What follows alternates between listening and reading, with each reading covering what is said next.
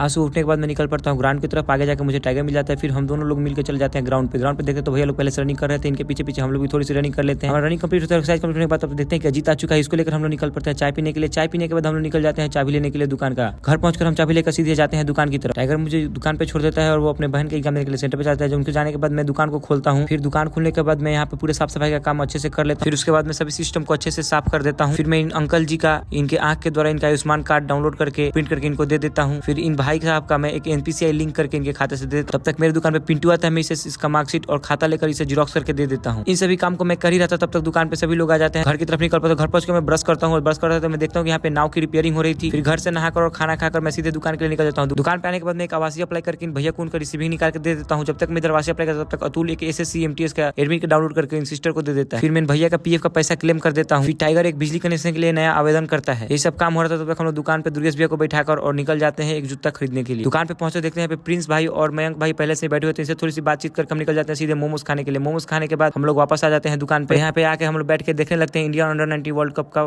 Final match देख रहे थे। तब तक फोन आ गया कि तिलक समारोह में जाना है, तो हम लोग फिर निकल पड़ते हैं तिलक समारोह में जाने के लिए।